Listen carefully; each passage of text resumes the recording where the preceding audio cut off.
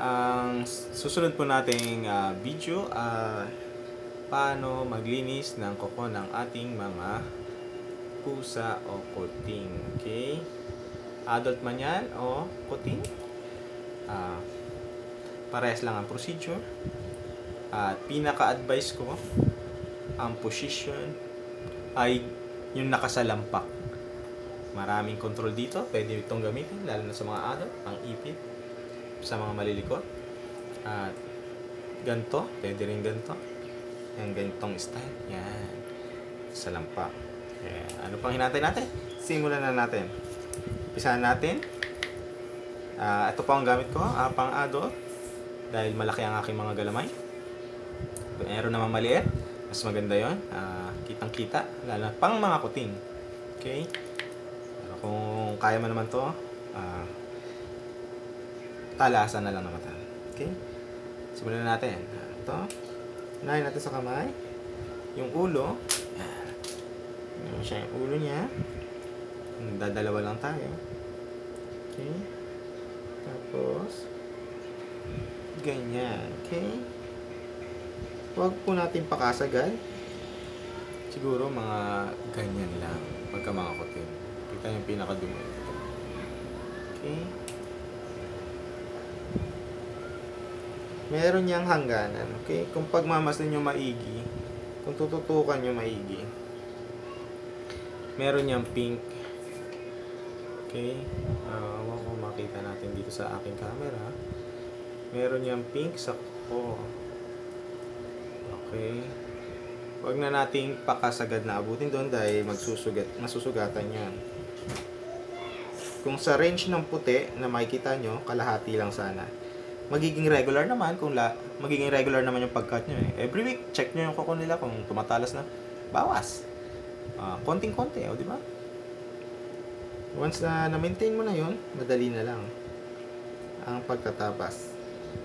At mabilis kasi kung dulo-dulo lang, halos. Dito, medyo mahirap tong part na to. Itong panlima nila, yung pinaka dito. At ito lamang ang meron.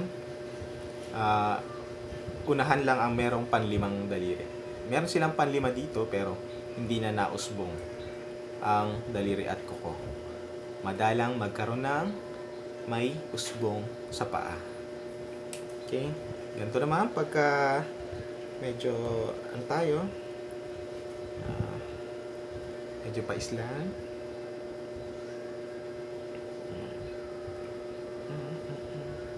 Kagatin. Yan. Yun, okay. Dapat ko na-maintain mo na, mas maiksi lang. Pwede mo unahin to. Ganyan. Makulit pa tong bata na to. Merong mga behave. Yan. Yan ang mahirap eh. Yung panlimang daliri. Yan dito. Okay. Pwede mo unahin yan. Para tapos na ang problema. Ganito ulit. Position natin. Teka. At kung medyo nag-hysterical, na-stress yun, relax lang muna natin siya. Okay? Saka tayo balik.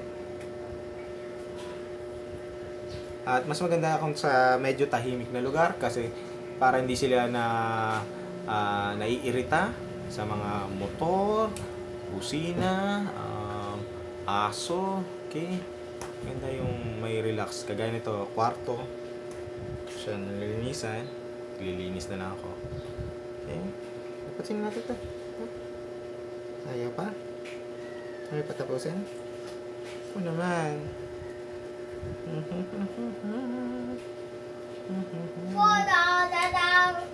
Okay, ito na. Mabilisan mo ito.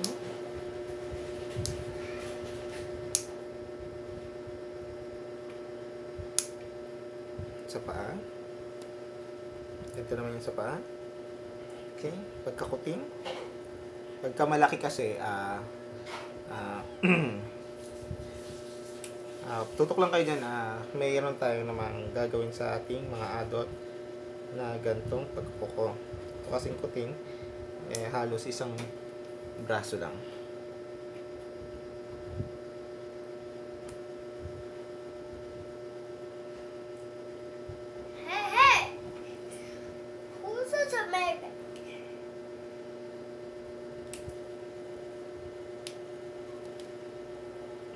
Fix natin to.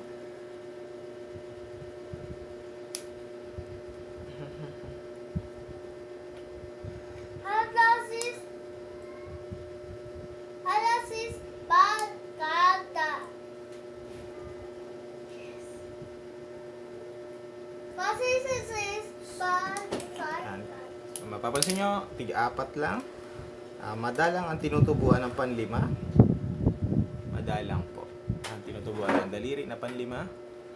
At magkakako. Kung magkaroon naman ng daliri, yung kuko naman napakadalang. Okay? At dyan natatapos ang ating pagkukoko sa ating puting Dalulok. o pusa. Okay?